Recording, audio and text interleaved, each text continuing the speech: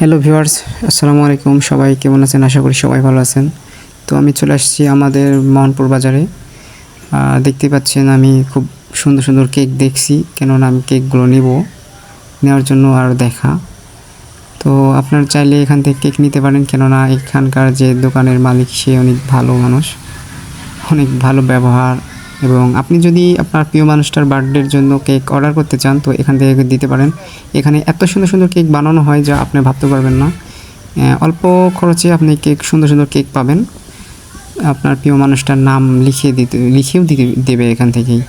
তো এখানে আছে অনেক সুন্দর সুন্দর মিষ্টি। তো এখানে এসেও খেতে পারবেন, কেননা এখানে এসে যদি খেতে চান তো ভিতরে বসার জায়গা আছে, অনেক সুন্দর বসার জায়গা আছে।